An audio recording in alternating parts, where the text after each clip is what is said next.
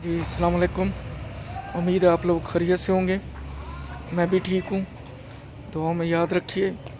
मेरा channel watch कीजिए, like कीजिए, कमेंट्स लिखिए और सब्सक्राइब कीजिए। आपका बहुत बहुत शुक्रिया। इस एपिसोड में बात करूँगा जनाब मोहतरम वज़ीर आज़म साहब की हाउसिंग की स्कीम की। तो बड़े चर्चे हैं टीवी में। मुझे ख़ुद बैंक में दो दफ़ा जाने का इत्फ़ाक हुआ है। तो एक तो वो जो स्टाफ है वो इतना स्किल्ड नहीं है, जो डीलिंग वाला स्टाफ है उसके पास वो इन्फॉर्मेशन नहीं है जो कस्टमर को सेटिस्फाई करे। फिर मैंने ये भी नोट किया है कि जो कस्टमर उनके पास मकान का जाके पूछता है कर्ज़े का, तो बैंक स्टाफ पहली नज़र में उसको यही समझता है कि ये पता नहीं कोई फ़कीर है, गरीब गुरबा है। वो उसको उसी लेवल से ट्रीट करता है। मेरे बैठे बैठे, क्योंकि मैंने बिल भी जमा कराना था, तो एक बुज़ुर्ग वहाँ पे कुछ 200 रुपये वाले प्राइस बांड लेके आ गए। तो बैंक वालों ने बड़ा रफ़ ट्रीट किया। मुझे वैसे 2-3 बैंकों में जाने का इत्फ़ाक होता है हर महीने को मनी ट्रांसफ़र के लिए, बिल जमा कराने के लिए। तो कहीं पे भी सीनियर सिटीज़न के काउंटर के ऊपर कोई स्लिप नहीं लगी हुई। फिर प्राइस बांड और इन कैश हेयर कोई स्टिकर नहीं लगा हुआ। और जो अमला है वो इस तरह बिहेव करता है कि जैसे कस्टमर नहीं कोई बैगर है। तो स्टेट बैंक को इस चीज़ का नोटिस लेना चाहिए। बल्कि स्टेट बैंक के जो नुमाइंदे हैं उनको फील्ड में आके तो सरप्राइज़ विज़िट करना चाहिए। एक आम शहरी की हैसियत से वो मुख्तलिफ़ बैंकों की मुख्तलिफ़ ब्रांचों में जाएँ।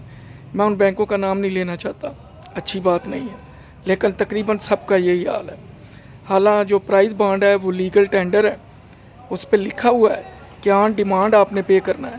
तो कहते हैं जी ये इस पर थोड़ा सा दाग है, ये इस पर थोड़ा सा टिक लगा है, ये इस पर मामूली सी टेप लगी है, लिहाजा आप स्टेट बैंक में जाएं।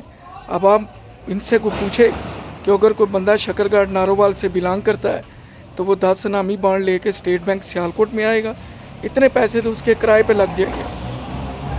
तो बड़ा रफली बिहेव करते हैं सिर्फ। और जो ख़ुद वो नोट देते हैं, आप जो वापसी नोट लेते हैं वो साइल्ड होते हैं, म्यूटिलेटेड भी होते हैं, लेकिन नोटों पे कोई इतराज़ नहीं। हाँ, अगर कोई प्राइस बांड लेके आ जाए, अब प्राइस बांड 200 वालों को तकरीबन 20 से 25 साल हो गया मार्केट में सर्कुलेशन में।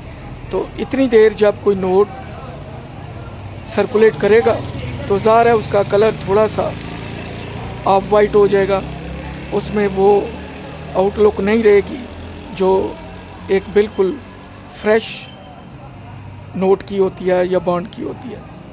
तो स्टेट बैंक को चाहिए कि अपने नुमाइंदे लाजमी ग्राउंड पे भेजें, जाके इन लोगों को चेक करें, एक कस्टमर बन के इनसे हाउसिंग स्कीम का पूछें, कुछ जेब में 4-5 प्राइस बांड ले जाएं, वो इनसे चेंज करवाने की कोशिश करें। पता चल जाएगा कि ये किस तरह बिहेव करते हैं। दूसरा, प्राइम मिनिस्टर साहब की स्कीम तो बहुत अच्छी है, लेकिन सबसे पहली बात यह है कि आपके पास प्लाट होना चाहिए, और प्लाट कहाँ से आएगा, ये भी एक मसला है। दूसरा मसला ये है कि अगर आप 20-30 लाख रुपया कर्ज़ लेते हैं तो उसकी 10-12 हज़ार किस्त है। तो जिसकी सैलरी थी महंगाई की वजह से 40, उसकी सैलरी की वैल्यू तो रह गई 20,000। अब 20 में से जब वो 10,000 भी किस्त देगा तो 10,000 में वो खाएगा क्या? फिर अगले आने वाले सालों में क्या पता है कि महंगाई किस तरफ जाती है, आयल की कीमत क्या होती है, एडिबल आयल की कीमत क्या होती है, गंदम का रेट क्या होता है। जैसे कि अभी 2 साल में चीनी की कीमत भी 55 से 110 से 120 130 हो गई है। तो बाकी चीज़ों की भी अगर कीमतें इसी तसलसल से बढ़ती हैं, सैलरी उस तसलसल से नहीं बढ़ती है, तो वो आदमी जो बैंक से लोन लेगा वो रीपे कैसे करेगा? ये बहुत बड़ा सवाल है और तलब सवाल है। सबसे पहले तो ये है कि उसके पास ज़मीन होनी चाहिए। ज़मीन वो कहाँ से लाएगा? तो ये मसाइल हैं जो ऑन ग्राउंड है, जिस पे स्टेट बैंक को तवज्जो देने की ज़रूरत है। ख़ासकर पब्लिक डीलिंग के साथ। शुक्रिया, दुआओं में याद रखें।